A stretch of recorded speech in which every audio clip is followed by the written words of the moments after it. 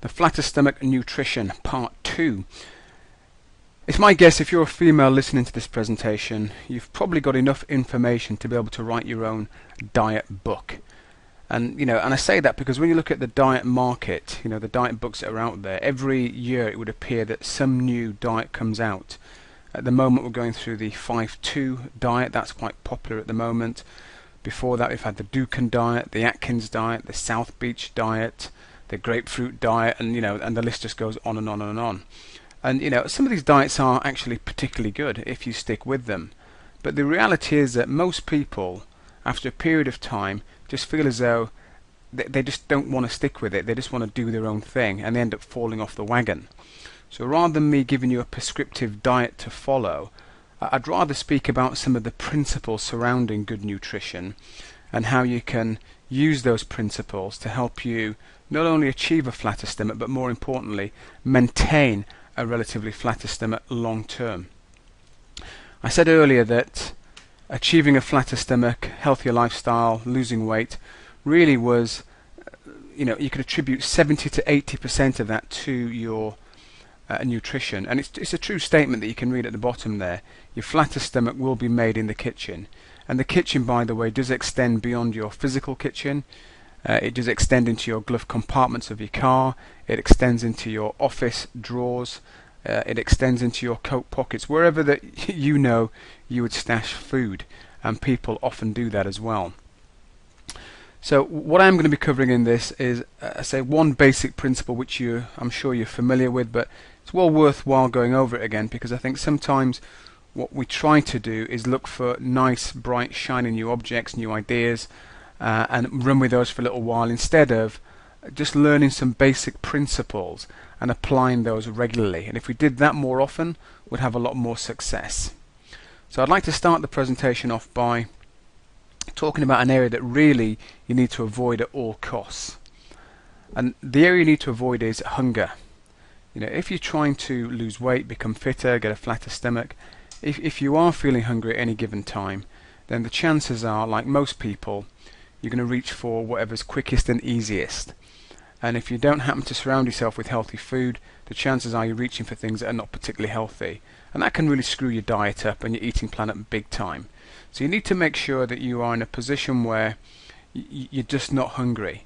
And if you've done any of these sort of eating plans before and followed them well, then you probably recall that for some of them, for some of the better ones out there, you actually didn't feel hungry. And the idea really is not to eat less, it's to eat better rather than eating less. It's eat better food and you'll feel fuller. And one of the ways that you can achieve that fuller feeling is what I call how to avoid hunger, the basics. And this timetable of eating you're probably familiar with, but you may be not using as regular as you should be doing. So you've got your breakfast first thing, followed by a mid-morning snack, followed by a lunch, afternoon snack, dinner, and an evening meal. And really you're not allowing much more than 2 to 2.5 hours to elapse between each eating opportunity. And if you can eat with that sort of regularity, you're going to minimize the risk of your blood sugar levels dipping. And when you minimize the risk of your blood sugar levels dipping significantly, that is, then you're not going to feel that ravenous sort of feeling that maybe sometimes comes over you when you've not eaten for 3 or 4 hours. You just feel as if eating the hummus and the carrots doesn't quite cut the mustard for you. And it wouldn't either, because eating those healthy foods when your blood sugar levels are particularly low, they don't release the energy quickly enough in order to give you that high that you're looking for. So as a consequence of that, you have almost a triple whammy. First of all, you don't get satisfied by that sort of food. Secondly, you then go and eat something else to try and make up the deficit. Then the third thing is, you now have a poor association, a negative association about healthy eating, because it hasn't quite done what you wanted it to do.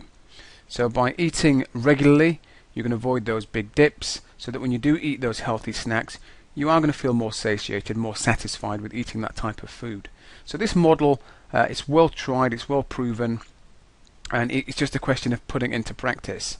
Now I know it's not always possible to eat a balanced, well-cooked meal, which is why I'm an advocate of things like meal replacements and protein bars, I appreciate they're not the gold standard in terms of eating, but they're a better option than maybe going for the bag of crisps or the Mars bars.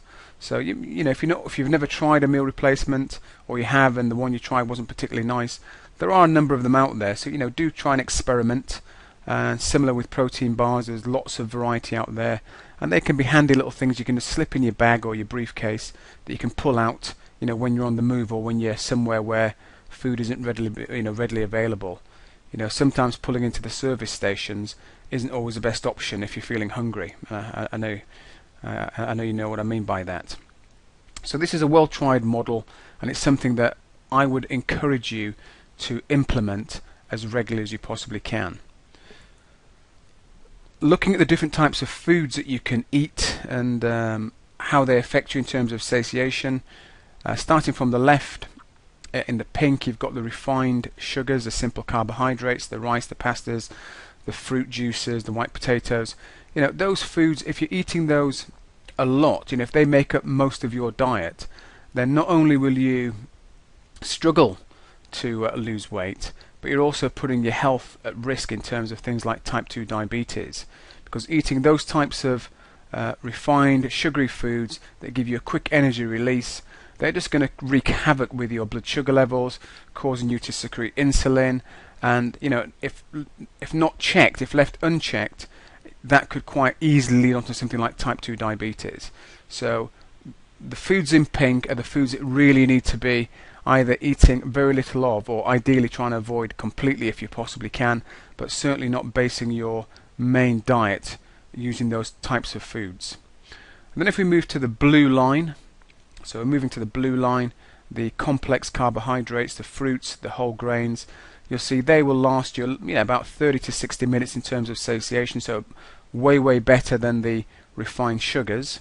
If we then move to the orange line, we've got the lean proteins, the chicken, the fish, the eggs, and again you can see they're giving you 2 to 3 hours in terms of satiation, but really the best combination you want is the lean protein and the complex carbohydrates. Those two combined together are going to give you the most feeling of fullness for longer. And I've put in there meal replacements and shakes because I do believe they play a part in helping people to stay the course. Again, I know they're not the gold standard, but they can be useful, especially if you have a very busy job and you're on the go quite a lot. But if your lifestyle allows you to cook healthy food all the time, then do that instead. But if you are a busy person, don't rule those things out. So hopefully you found this nutritional presentation useful. I've not made it too complicated. I've kept it very simple.